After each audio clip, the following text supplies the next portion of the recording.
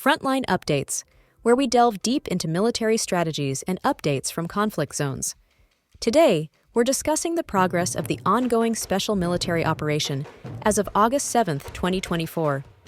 I'm your host, Sharifa Muhammad, MGT. I'm Colonel AUC Oguntoye, an infantry officer.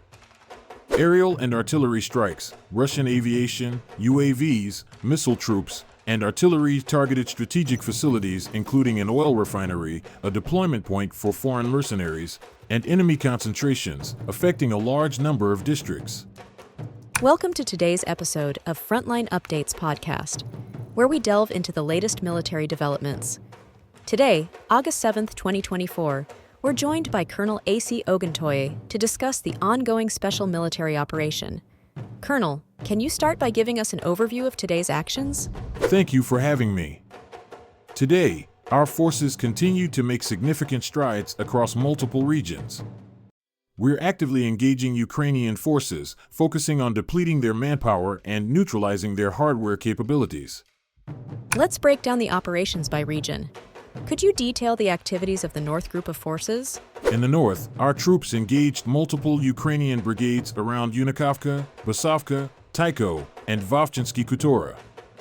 We successfully inflicted heavy losses, including the destruction of 6 tanks, various armored vehicles, and artillery units, totaling over 220 Ukrainian servicemen. Moving westward, how did the West Group of Forces perform today? The West Group improved their tactical position significantly.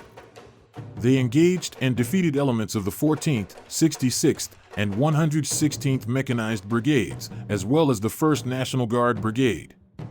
Key losses for Ukraine included a Bradley fighting vehicle, several artillery units, and 4 ammunition depots. We also repelled a determined counterattack by the 1st National Guard Brigade. What about the Southern Group? What advances were made there? In the south, our forces continued to dominate the battlefield, particularly around Chasov Yar and Konstantinovka. We repelled an assault by the 5th Assault Brigade and inflicted significant losses, including the destruction of 2 British FH-70 howitzers and 2 American M777 howitzers. And in the Central region? The Center Group of Forces carried out robust operations around Toretsk and Gradovka, where we defeated several Ukrainian brigades and repelled multiple counterattacks.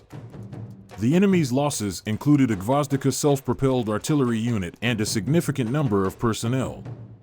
Could you also share some insights on the activities of the East and DNEPR groups? Yes, absolutely. The East Group improved their positions and managed to repel a counterattack near Zolotaya Niva, causing substantial Ukrainian losses, including a 155mm Bogdana self-propelled artillery unit. The Dnepr Group, operating in Zaporizhia and Kherson, defeated Ukrainian mountain and defense brigades, capturing critical electronic warfare equipment. With such extensive operations, how has the air defense performed today?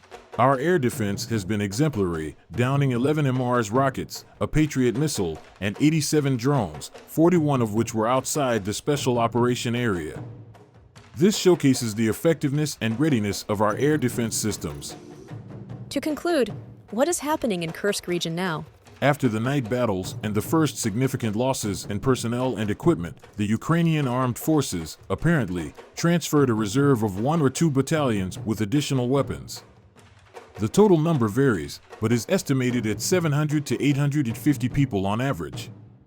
Since yesterday evening, there have been reports that during the raid, the Ukrainian armed forces managed to enter the border villages of Darino, Nikolaevo-Darino, and Sverdlikovo, but there is still no objective control, in particular, video, confirming this information. Until this information is confirmed, it is at least premature to perceive it as true. What is the nature of the fighting? Heavy, positional? Artillery is actively working on both sides? Last night, there were numerous launches by the Iskander OTRKs of the Sever Group along the border, causing difficulty in quickly reloading the launchers due to the high activity. The Ukrainian side has expressed concern over the lack of aviation and heavy air support. Despite expectations, there was no deployment of F-16 fighters from the Ukrainian side. The attacking side has suffered significant damage in this operation, with losses reported on both sides.